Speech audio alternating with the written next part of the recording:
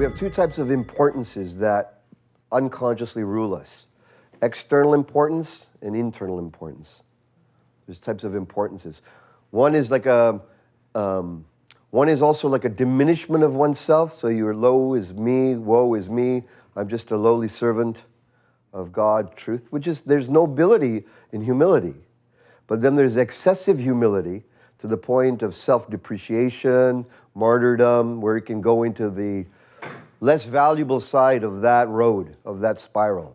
Does that make sense? Yeah. So, yes, they both, specialness is, woe, I am the one who's chosen by the Almighty, or I am the one choosing the Almighty. That is when we can eliminate that and we just practice affinity reality communication through this whole time. Affinity. So in affinity, right, if we're always, how do you maintain affinity? You got to maintain reality. Let's say you're the biggest heart-loving person. You love people, you love them, you're just warm and fuzzy. We know people like that. We've talked about people who are loving and embracing and just, oh God, but they're lacking reality. They say something, they're appearing to be one way or in one way, but they don't. They're not. The reality is not backing up some appearance, some expression, something like that. And we all have varying degrees of that shadow. Does that make sense? Yeah. To the degree that that shadow is strong within us, we go out of reality. How can someone maintain affinity with you? They will lose trust, they will lose honor, they will lose that relationship, because no matter how loving and forgiving you are, if you're out of reality, it'll diminish the affinity in any relationship, which will then diminish the communication cycle. This is all impersonal. That's what's scary about this. This is all the physics of consciousness.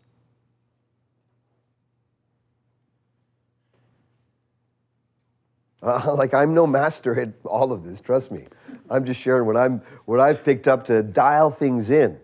In the yogic philosophy, we say one of the areas to focus on in the yams and niyams, the yams are the observances, things to hold in your consciousness, codes of ethics, codes of being. One of them is be in reality, also called sat. That's the prefix of my name, Satyen, means be in reality. Be in truth. And man, having that name, I got to tell you, is a curse and a blessing. Because every single area that I find myself out of reality, out of truth, out of impeccability, has a greater and greater sting the more you're awake.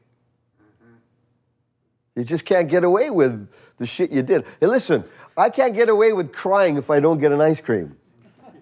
My niece, who's 2 years old, can. There's a different expectation. Does that make sense? Yes.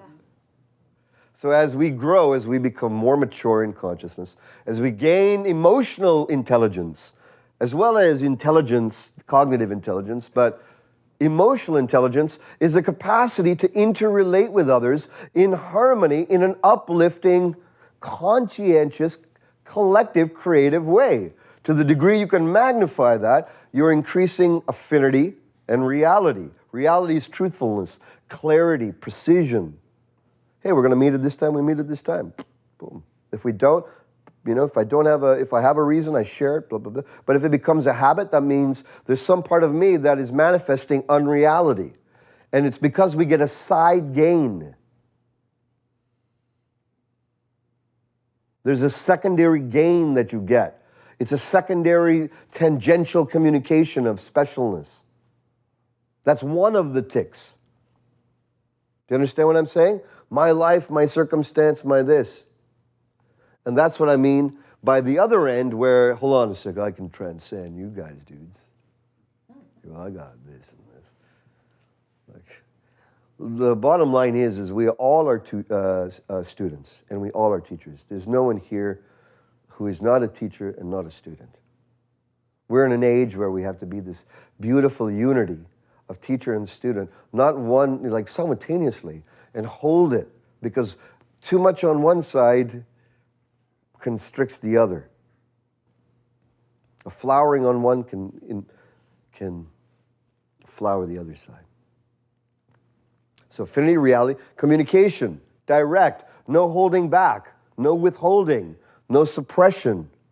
Suppression of thoughts we usually do out of fear. Suppression of communications we do out of fear, correct? Fear of what the consequence is. Perhaps not being equipped on how to communicate our tough stuff in a way that's good and uplifting. Maybe we just never been taught. There's great work out there on nonviolent communication and different models of communications which emphasize speaking from the self, taking responsibility from the self, and that's what we do in dyads.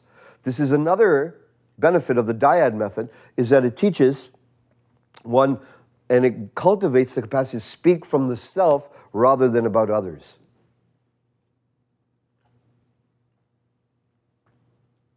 That's a power.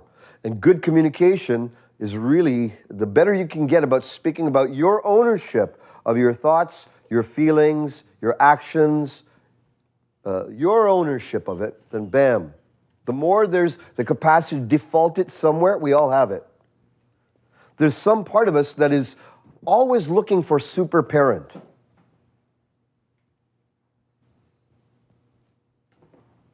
Always looking for super parent, always. Some part of us, whether that, that's why I think you can never really have a division of state and church. Like, it's impossible, because both are different alternative forms of super parent.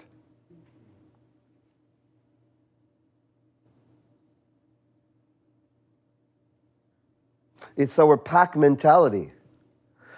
We just watched the movie, The Jungle Book. See the different packs. Obviously, it's a cartoon, beautifully done, but the idea of we're moved by the pack. The pack is moving this way, you got to go this way. Because if you didn't, for thousands, millions of years, guess what would happen? You would probably diminish your chances of survival if you weren't following the pack. If you weren't cohesive in working with that pack, the pack deteriorates, it becomes weak. In that movie, it's like they have this chant, the wolf is for the pack, and the pack is for the wolf. This is the new version. Yes, it's beautiful. And when we can keep ourselves in that center point, as a guide, as a teacher, and when we can keep ourselves in that center point where we don't allow ourselves to be more than what we are or less than what we are. Why should you be less than what you are? And how can you be more than what you are? Like, how can you be? How can you be more than who you are and what you are? Because they go together. You cannot be. You have to be more. You have to be less in order to be more. So Exactly. They are Both feed off each other. Correct. Right? The royalty feeds off the paupers. The paupers feed off look at the royalty, look at the pageants, look at this. It's interesting to me in this day and age, I'm sorry to any royalists out there, but it's interesting to me in this day and age that we still have this concept in the Western world. It's a very interesting phenomenon. I can't believe it. It's super parent. It's our desire to have, and what we do is we have a tendency to project, whether that's onto teachers, gurus, facilitators, religious figures, governments, movements, the idealization, we infuse them with this type of feeling that with them, I'll make it out of my oblivion or out of my black hole. And it's up to those systems to prove to you that you can and to say, follow us and we'll set you free. Does that make sense? This endless story has been going on for time immemorial. It's part of our desire to fit in, and it's utilized. It can be utilized for good in the form of loyalty that's honorable. It can be utilized for manipulation by people to get them to do things like horrible things, in the sake of loyalty to a nation or to a philosophy. People are willing to torture other people. You know what I'm saying? What makes it that way? Well, It's because all these things are collapsed onto one another. And when we start doing the work of sort of removing the power of superparent, this is the real sort of inner child work. The next stage of inner child work is, what about your inner parent?